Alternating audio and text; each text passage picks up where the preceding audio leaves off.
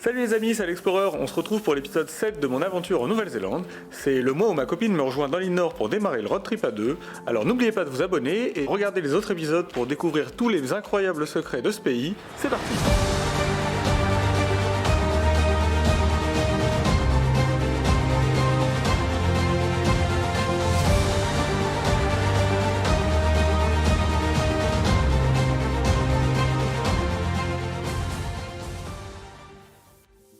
Bon, j'ai vraiment une crinière de fou. Bon, je viens de sortir du chantier, hein, c'est normal, je sais pas quoi faire.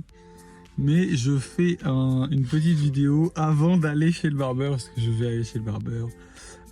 Chose que j'ai pas faite depuis que je suis ici. Du coup, l'objectif est de te laisser pousser la barbe, en fait. Objectif légèrement rempli, je pense. Donc, let's go chez le barbeur. I'm with Maud, the best barber of New Zealand, probably. Bonjour, how y'all doing? Je m'appelle Momo. And you said, Serge Tolkien, sit here. Right here. Just Right here. You want to sit there? Just feel the presence? There you go. Get in there. like Serge. You feel it? You feel it? Yeah, I feel the meta. Yeah. For sure. You feel it? Yeah. There you go, man. Thanks, bro. Moi, je viens juste d'arriver à l'aéroport là de Wellington du coup pour aller chercher Cécile, du coup ma copine qui arrive normalement dans 8 minutes après presque 6 mois sans se voir. Les Taïwan, c'est hyper cool, j'ai trop hâte, c'est fou quand même qu'elle me rejoigne ici pour continuer l'aventure avec moi à Wellington pendant un mois et puis après le deuxième mois on ira quand même un peu profiter du pays pour découvrir aussi la vie de road trip avec cette bonne vieille caisse. Donc voilà, j'ai hâte. Ça y est, on la voit. Elle est avec son chapeau chinois. Maintenant qu'on habite à Wellington Central avec Cécile, je vais rentrer tous les jours par cet endroit incroyable, c'est magnifique. Une magnifique vue sur Wellington, là-bas. Bon, maintenant on va faire découvrir à Cécile les jolies vues sur Wellington et aussi sa faune locale. Alors, elle vient de rencontrer son premier Silaya. Premier lion de mer pour moi. Je suis pas rassurée au début. Faut dire que c'est pas petit cette bête. Mais au final, il bouge à peine, tranquille sur la plage. Un gros pépère trop mignon. Le soir, retour à Welly et après des mois passés dans la nature, ça fait du bien de retrouver un peu la ville. Bowling, salle d'arcade, mini-golf d'horreur, ce soir on profite. Wellington, c'est une ville vivante, pleine d'énergie, avec toujours des choses à faire, des bars, des concerts, des activités en tout genre, bref, impossible de s'ennuyer ici. Pas 6 mois à voyager avec le même sac à dos qui n'est clairement pas un sac à dos de rando. C'est le temps de changer, j'ai été m'acheter un nouveau sac à dos de rando cette fois-ci. Ça sera un peu mieux, parce que je vais vous montrer l'état de mon sac à dos, c'est pas terrible. Voilà, après 6 mois de road trip, donc cette pochette là, qui est complètement déchirée, qui ne ferme plus. La pochette principale, bon, autant dire qu'elle prend un peu l'eau, hein. Et quand on le retourne, cette anse-là, c'est un nœud rafistolé rapidos. Pareil pour celle-là, il n'y a même plus le plastique. Donc voilà, mon bon vieux sac à dos, terminé. Bon, comme je bosse toute la journée sur le chantier, on n'a pas toujours beaucoup de temps pour se voir avec Cécile, alors le soir, dès qu'on peut, on file admirer les couchers de soleil, à Titaï Bay, Wainuiomata Beach ou Makara, chaque fois c'est différent mais toujours magique. Ces moments-là, simples mais parfaits, c'est super bien pour se retrouver tous les deux et profiter de ces moments de calme.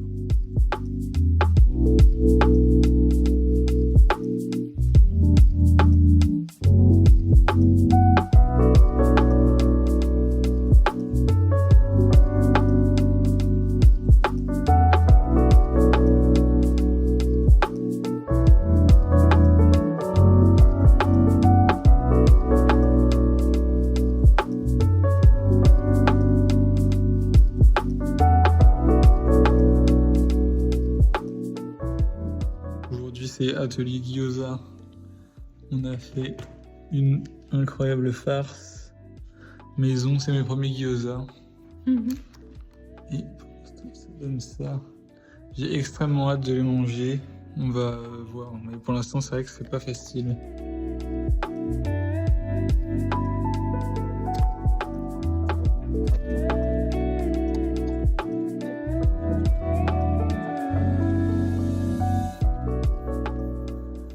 Miam. Aussi. Ah, il est original, on va dire. Non, t'es trop méchant. On est parti dans un petit parc un peu au nord de Wellington. Et ce que vous voyez derrière moi, c'est les portes de Rivendell, d'où commence la quête pour détruire l'anneau avec Frodon, Aragorn, Gimli et la compagnie. Et du coup, je vais faire comme ces illustres personnages le même chemin pour quitter Rivendell. Rivendell, c'est aussi ici qu'Aragorn retrouve Arwen. Dans les films, le temps semble suspendu avec une lumière irréelle propre au royaume elfique. Et dans l'histoire, c'est l'un des rares refuges encore épargnés par les ténèbres. C'est un endroit où la magie elfique flotte encore dans l'air. Là, du coup, je sais pas si vous me voyez hyper bien, mais on est au Space Observatory de Wellington pour la fête du Matariki, du coup, qui est due au Nouvel An Maori et au fait qu'on voit des étoiles très lumineuses dans le ciel. On va aller observer ça à l'observatoire.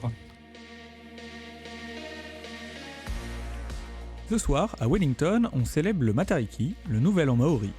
C'est un moment très spécial en Nouvelle-Zélande, il marque la réapparition dans le ciel d'un groupe d'étoiles qu'on appelle les Pléiades.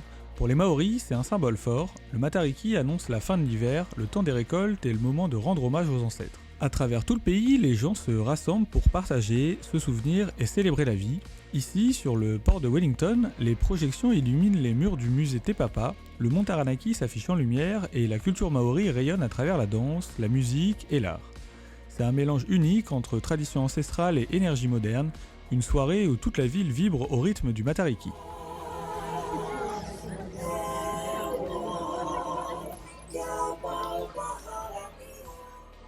Aujourd'hui, on va faire la petite visite du Parlement. Ça va être stylé, mais je crois qu'il n'y a pas le droit au téléphone à l'intérieur, donc bon, on pourrait pas filmer malheureusement.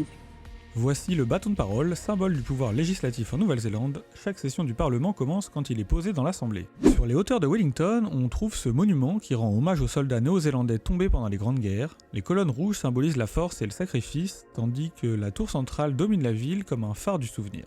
Au pied du monument, un poème de Guillaume Apollinaire est gravé dans la pierre, un lien inattendu entre la France et la Nouvelle-Zélande, rappelant que la mémoire dépasse toutes les frontières.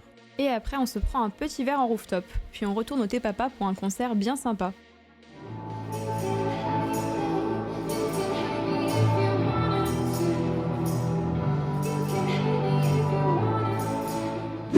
Bon, aujourd'hui, on se retrouve dans le Sky Stadium de Wellington pour voir un petit match de la Coupe du Monde féminine.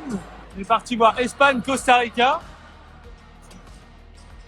Et bon, là, c'est la mi-temps. Il y a 3-0 pour l'Espagne. J'ai parié sur 6-0. Au niveau du Costa Rica, c'est pas trop ça. Mais on peut voir derrière moi. Ambiance très sympa au Sky Stadium. Les tribunes vibrent, les chants résonnent, et même sans être fan des deux équipes, on se prend vite au jeu. Ce soir-là, c'est l'Espagne qui s'impose largement, et on ne le savait pas encore, mais on venait d'assister au tout premier match de l'équipe qui allait décrocher la Coupe du Monde quelques semaines plus tard. Ça, c'est stylé quand même.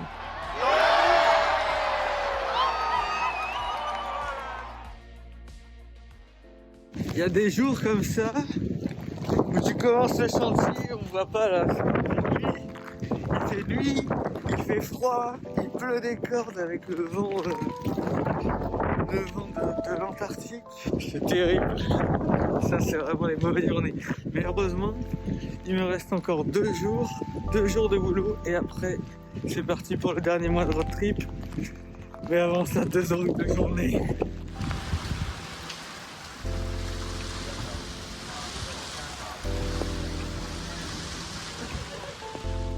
Et puis finalement, comme sur toutes les îles, le temps change très vite et on peut retourner au boulot.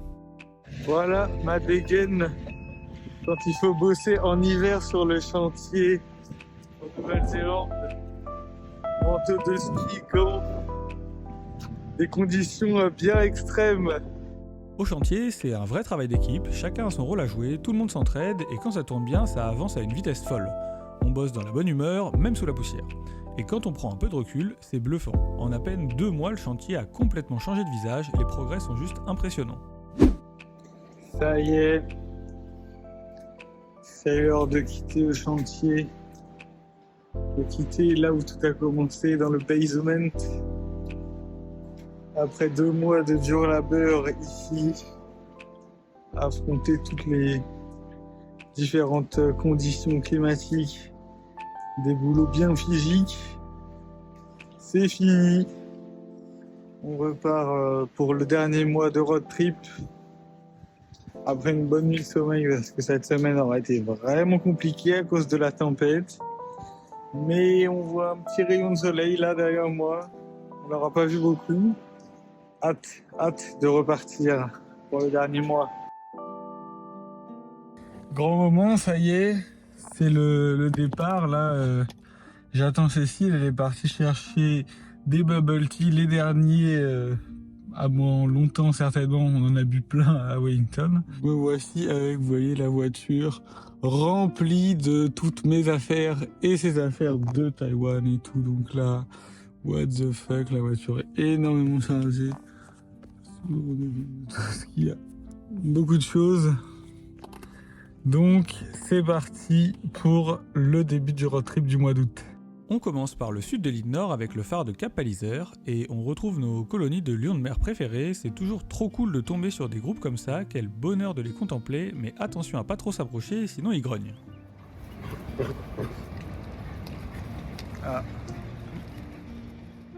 Ensuite, on reprend la route direction le phare avant que le soleil se couche.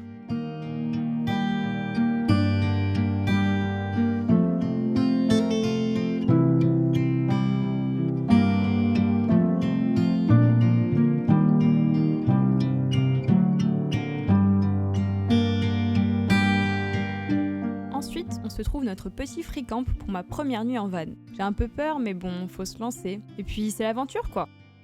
Là, on voit un peu dans le relief ici des montagnes. Et là, c'est South Island qu'on voit depuis le Cap Palliser. Après une première nuit tranquille, on ne loupe pas les classiques en retournant à un endroit que vous commencez à connaître, les Putangiroa Pinnacles. Et même sous un grand ciel bleu, on voit bien les traces de la saison hivernale. Ici, aux Pinnacles, les dernières pluies ont creusé ces coulées de boue impressionnantes, la terre semble figée en plein mouvement. C'est un bon rappel de la force brute de la nature néo-zélandaise. Une belle coulée de boue, bien récente.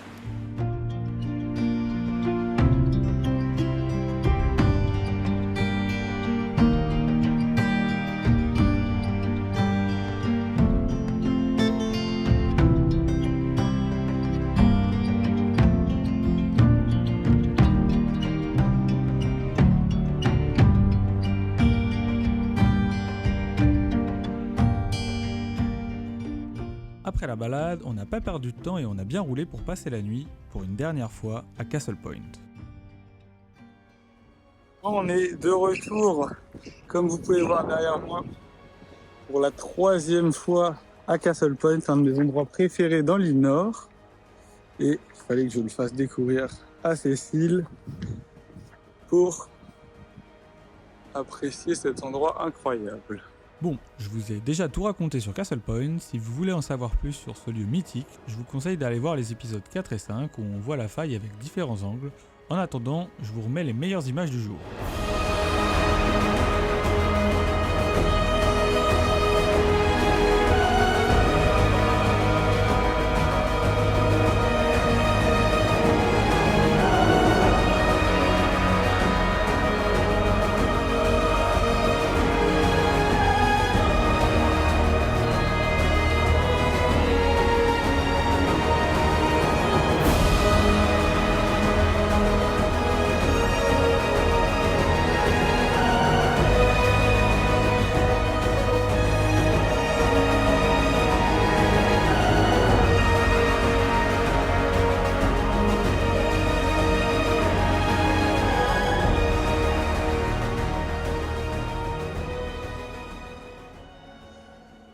Maintenant, on reprend la route pour traverser en large North Island pour arriver jusqu'à la mer de Tasman et visiter une ville que je n'avais encore jamais vue. À New Plymouth aujourd'hui, On va passer 2 jours ici pour visiter un peu ce qu'on fait là. Juste devant la Tasman Sea. Là, derrière moi, vous pouvez voir le Windwang, le fameux monument important de New Plymouth. New Plymouth, sur la côte ouest de l'île Nord, c'est une ville à la fois tranquille et pleine de charme. En toile de fond, le mont Taranaki domine l'horizon, tandis qu'en bord de mer, on trouve de superbes plages volcaniques. Mais ce qui rend la ville vraiment unique, ce sont ses jardins. Le parc Pukekura, en plein centre, est un vrai bijou. Serre tropicale, petit pont, étang paisible, un lieu où la nature est entretenue avec le même soin qu'une œuvre d'art. Pas étonnant qu'il soit classé parmi les plus beaux jardins de Nouvelle-Zélande. Le lendemain, on retourne vers le centre de l'île Nord pour aller vers le Tongariro, mais faut savoir que cette route est très peu empruntée, il n'y a que des pistes. Moi j'adore, mais faut pas avoir peur des chemins flippants parce qu'on croise personne et on est au milieu de la jungle. Après quelques heures, on arrive dans l'un des free-camps les plus isolés que j'ai jamais fait. Ici pas de réseau, juste le bruit de la rivière à côté et des animaux sauvages qui nous entourent. Ça va être une super nuit, j'adore cette ambiance. Au réveil, on découvre notre environnement en plein jour. Quel claque, c'est magnifique. On prend notre petit déj ici, puis c'est reparti. On a pas mal de routes sur la piste au milieu de la jungle pour rejoindre notre étape du jour. Et après 3 heures de route, on arrive enfin à cet endroit qui m'a tant fait rêver depuis la première fois que je l'ai vu, le Tongariro. Arrivé à notre camp, on a un petit pote qui nous a fait la surprise de nous accueillir, une chouette rourou. C'est l'un des rares hiboux natifs de Nouvelle-Zélande, on a une vraie chance de le croiser, il se montre très rarement en plein jour. Et on termine cette journée face au mont Garuroé, enneigé et majestueux sous le coucher de soleil. Une image parfaite avant la suite de l'aventure. Et c'est avec un petit passement au cœur que je vous annonce que le prochain épisode sera le dernier, la grande conclusion du road trip en Nouvelle-Zélande. On commencera sur les pentes du mont Ruapehu pour une session de ski au bout du monde avant de filer vers le nord avec Te Paki Sand Dunes et 90 Miles Beach, des paysages à couper le souffle. Alors abonnez-vous, laissez un like et dites-moi en commentaire ce que vous avez pensé de cet épisode, la fin s'annonce incroyable.